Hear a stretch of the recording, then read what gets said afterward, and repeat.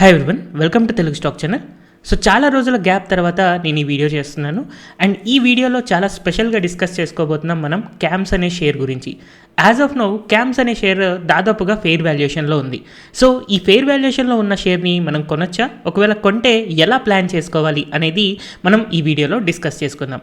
ముందుగా అసలు mutual fund industry అనేది మనకి ఇప్పుడు ఫాస్టెస్ట్ గ్రోయింగ్ సెక్టార్గా మనం అనుకోవచ్చు. ఒకసారి మ్యూచువల్ ఫండ్ ఇండస్ట్రీ యొక్క స్టాటిస్టిక్స్ మనం అబ్జర్వ్ చేసినా కూడా November 30, 2011లో 6.82 ట్రిలియన్ ఉన్న అసెట్ అండర్ మేనేజ్మెంట్ ఇప్పుడు November 30, 2021కి వచ్చేసరికి 37.34 అయింది.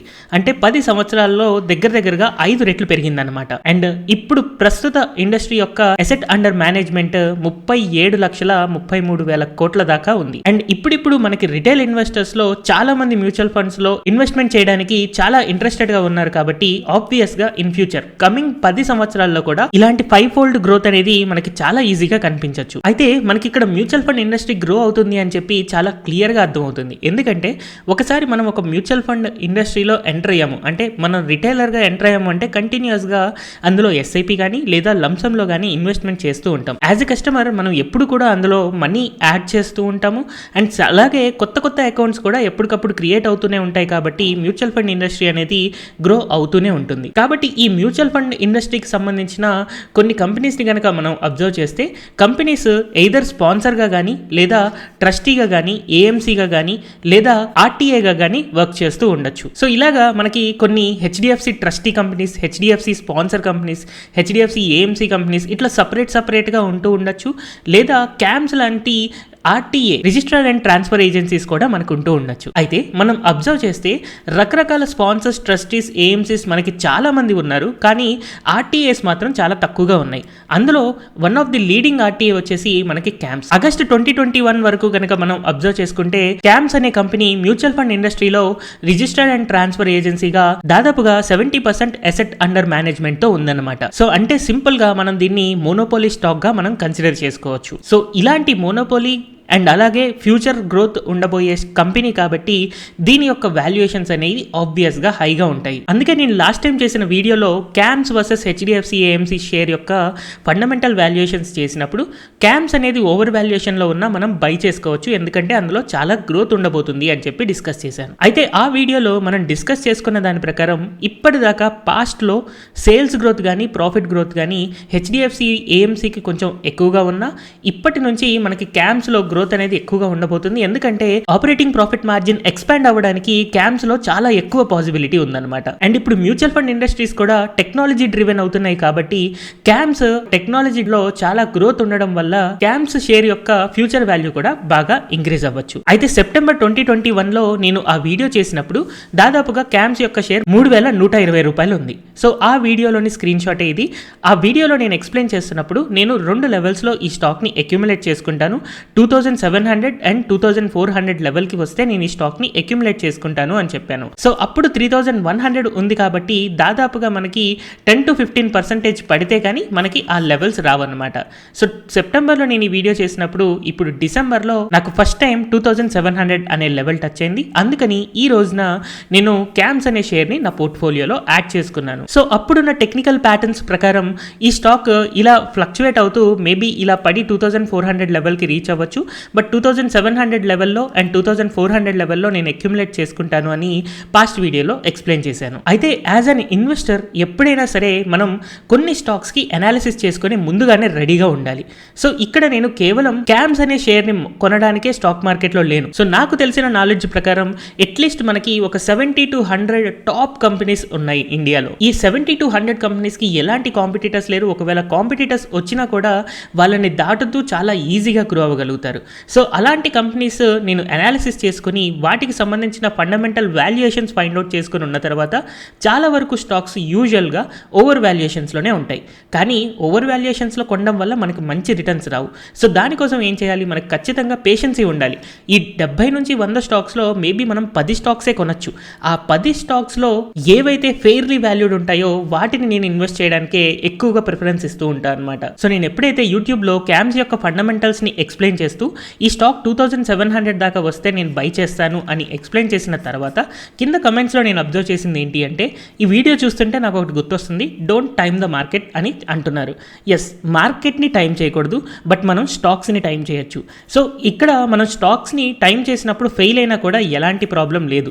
ఎందుకు అంటే నేను యూజువల్గా నా ప్రాక్టీస్లో దాదాపుగా 70 to 100 స్టాక్స్ని నేను అబ్జర్వ్ చేస్తూ ఉంటాను నా లాంగ్ టర్మ్ ఇన్వెస్ట్మెంట్ కోసం. ఈ 70 to 100 స్టాక్స్లో ఏవైతే నా ఫెయిర్ వాల్యుయేషన్కి రీచ్ అవుతాయో, సో అలాంటి ఫెయిర్ వాల్యుయేషన్కి రీచ్ అవ్వాలంటే స్టాక్స్ యూజువల్గా పెరుగుతూ ఉంటాయి కాబట్టి ఎప్పుడైతే ఒక ఫాల్ వస్తుందో అలాంటప్పుడే అవి ఫెయిర్ వాల్యుయేషన్కి రీచ్ అవుతాయి. సో నేను ఇక్కడ దీన్ని ఖచ్చితంగా టైం చేస్తాను. ఎందుకంటే సపోజ్ నేను ఈ లెవెల్లో కొన్నా, ఇక్కడ నుంచి ఇక్కడికి నాకు దాదాపుగా 1 year టైం పడుతుంది. సో 1 year తర్వాత కూడా నాకు ఎలాంటి రిటర్న్స్ లేకపోవడం కంటే తర్వాత ఎప్పుడైతే స్టాక్ ఇలా ర్యాలీ అయి పెరుగుతుందో ఇక్కడ నుంచి ఇక్కడికి మేబీ మళ్ళీ నెక్స్ట్ 1 year పట్టినా, అలాంటప్పుడు ఇక్కడ నుంచి ఇక్కడికి హోల్డ్ చేసుకున్న వాళ్ళకి ఒక 20% రిటర్నే ఉంటుంది, అండ్ అలాగే ఇక్కడ నుంచి ఇక్కడికి హోల్డ్ చేసుకున్న వాళ్ళకి కూడా 20% రిటర్నే ఉంటుంది. బట్ ఎవరైతే ఇక్కడ కొన్నారో వాళ్ళు స్మార్ట్ ఇన్వెస్టర్స్ అవుతారు. సో అందుకోసమనే నేను ఎప్పుడైతే ఇన్వెస్ట్మెంట్ చేయాలి అని అనుకుంటానో ఖచ్చితంగా మార్కెట్ని కాదు స్టాక్స్ని టైం చేయడానికి చూసుకుంటాను. సో ఒక విషయం మనం గుర్తుపెట్టుకోవాల్సింది ఏంటంటే, కేవలం ఒక్క షేర్ కొనడం కోసమే మనం స్టాక్ మార్కెట్లోకి రావట్లేదు. మనకి దాదాపుగా 5000 షేర్స్ ఉన్నాయి. అందులో స్ట్రాంగ్ కంపెనీస్ ఒక 100 ఉన్నాయి. ఈ 100లో మనం మంచి కంపెనీస్ని మంచి లెవెల్స్లో ఒక 10 కొనుక్కున్నా కూడా అవి మన పోర్ట్ఫోలియోలో హెవీ రిటర్న్స్ తీసుకొస్తూనే ఉంటాయి. సో లక్కీగా ఈ క్యామ్స్ అనే షేర్లో నేను అనుకున్నట్టుగా ఇలాగా ఫాల్ అయితే వచ్చింది. సో ఈ ఫాల్ ఇలా వచ్చింది కాబట్టే యాజ్ ఆఫ్ నౌ నేను బై చేశాను. ఒకవేళ రాకపోతే వేరే స్టాక్లో ఖచ్చితంగా ఫాల్ వస్తుంది. అలాంటి స్టాక్స్ని నేను యాడ్ చేసుకుంటూ ఉంటాను. ఎందుకంటే బిజినెస్ అనేది కాన్స్టెంట్గా లేదా లీనియర్గా గ్రో అవుతూ ఉండొచ్చు, కానీ స్టాక్ ప్రైజెస్ లీనియర్గా లేదా వెర్టికల్గా పెరుగుతూ ఉండవు. ఏదో ఒక టైంలో కరెక్షన్ జరగాల్సిందే. కరెక్షన్ జరిగినప్పుడు కనుక మనం కొన్నాము అని అంటే ఒక స్మార్ట్ ఇన్వెస్టర్ అవుతాము. సో ఇప్పుడు నేను క్యామ్స్ అనే షేర్ని కొన్నాను కాబట్టి ఇక్కడ నుంచే రివర్స్ అయిపోతుంది అని కాదు.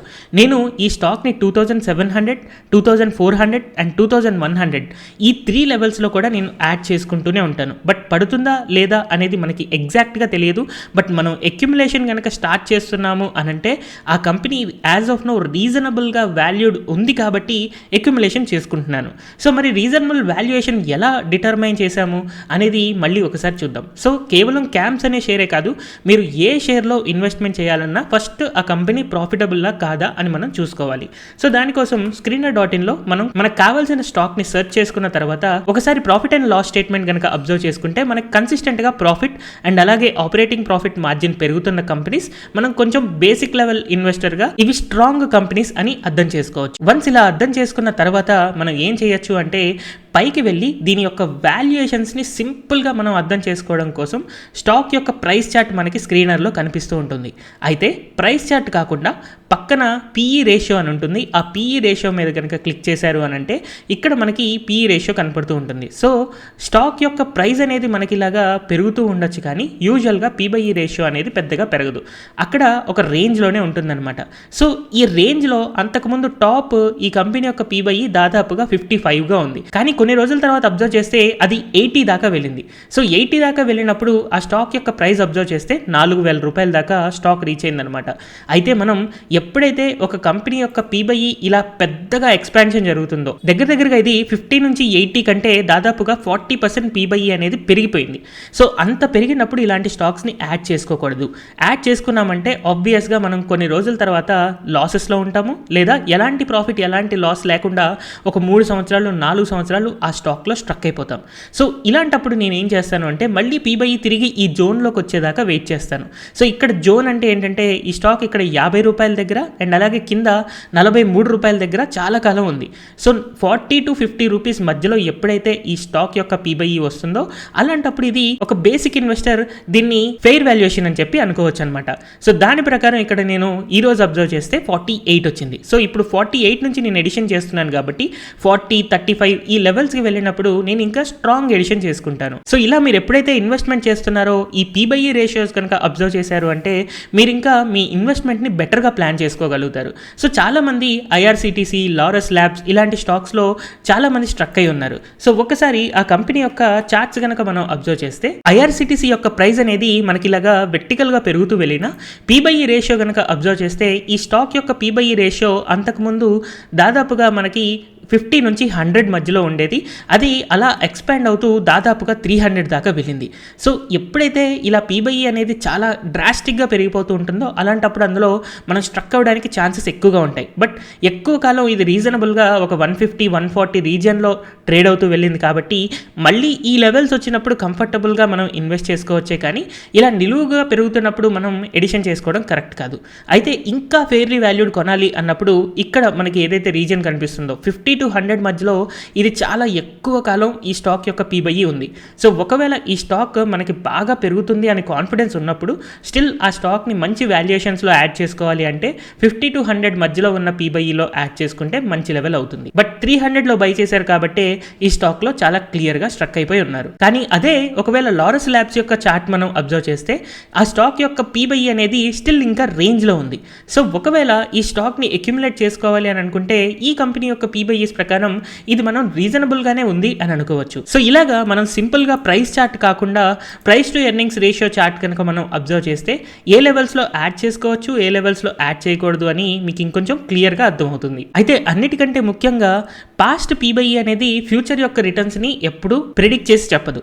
ఆ కంపెనీ యొక్క ఫ్యూచర్ బిజినెస్ గ్రో అవుతుంది అని ఐడియా ఉన్నప్పుడు మాత్రమే అలాంటి స్టాక్స్కే మనం ఈ పీబైఈ అనాలిసిస్ అనేది చేసుకోవాలన్నమాట. సో యాజ్ ఆఫ్ నో నాకు మ్యూచువల్ ఫండ్ ఇండస్ట్రీ అనేది క్లియర్గా గ్రో అవుతుంది అనే ఒక ఐడియా ఉంది కాబట్టి ఆ సెక్టార్లో ఒక మంచి స్టాక్లో ఇన్వెస్ట్ చేసుకోవాలి అన్నప్పుడు క్యామ్స్ అనేది చాలా మంచి స్టాక్గా నాకు కనపడుతూ ఉంది.